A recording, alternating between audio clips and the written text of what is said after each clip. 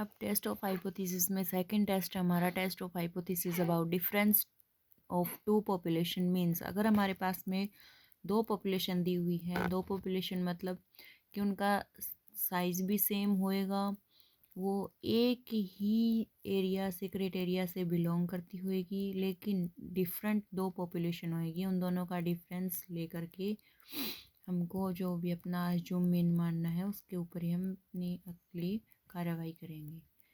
तो when we have two populations which is means mu1 and mu2 large size n1 और n2 drawn from two standard deviation, यानी कि to standard deviation भी इसमें to होंगे, इसमें एक हो भी सकता है, अगर दोनों का सेम हुआ तो हम एक लेके चलेंगे। Then we compute them both population means are equal और नॉट, फिर हम देखते हैं कि दोनों के जो भी पॉपुलेशन मीन आएंगे वो इक्वल है भी या नहीं। तो इसके लिए हम क्या स्टैटिस्टिक फॉलो करेंगे, that z is equal to x1 bar minus x2 bar minus mu1 minus mu2 divide by standard error of x1 minus x2 बार।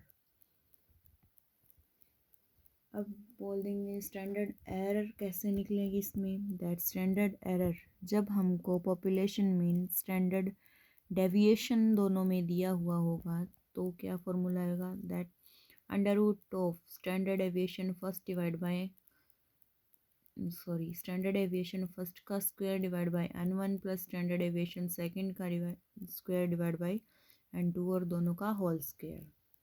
और अगर हमारे पास में स्टैंडर्ड डेविएशन नहीं दिया होगा तो हमको क्या दिया होगा, सैंपल। तो फिर क्या लेंगे हम, that s1 square divide by n1 plus s2 square divide by n2 का अंडर रूट। और अगर हम दोनों हमारे पास में दोनों का स्टैंडर्ड डेविएशन सेम है तो हम एक ही ले सकते हैं ना, तो स्टैंडर्ड डेविएशन का square multiply 1 by n1 plus n2 का होल अंडर रूट।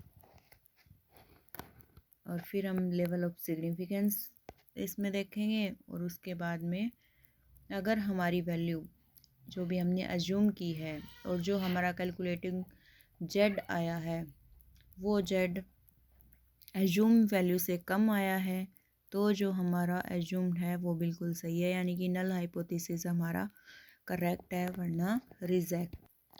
फिर हमारा थर्ड टेस्ट जो आता है वो है test of hypothesis about population proportion, यानी कि इसमें हम परसेंटेज को लेके चलते हैं, प्रोबेबिलिटी लगा के चलते हैं। तो इसका स्टैटिस्टिक है z is equal to small p minus p divide by standard error of p। Small p होता है सैंपल का, बड़ा p होएगा अपना पॉपुलेशन का।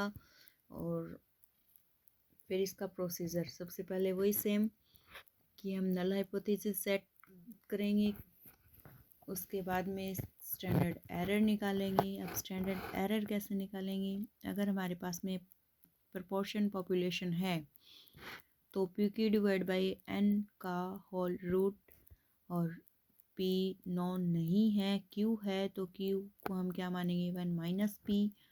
देन स्टैंडर्ड एरर क्या होगी, P Q divide by N का होल रूट। और इसके बाद हमारा लास्ट आता है test, that test of hypothesis about the difference between two population proportion. इसमें पीछे वाले में हमने एक पॉपुलेशन पे सिलेक्ट किया था, इसमें हमारे पास में दो पॉपुलेशन होएगी। तो z इज इक्वल टू p1 minus p2 minus p1 minus p2 divide by standard error of p1 minus p2। सब वही प्रोसीजर्स है, हम सबसे पहले हम नल हाइपोथेसिस सेट करेंगे, फिर स्टैंडर्ड एरर निकालेंगे,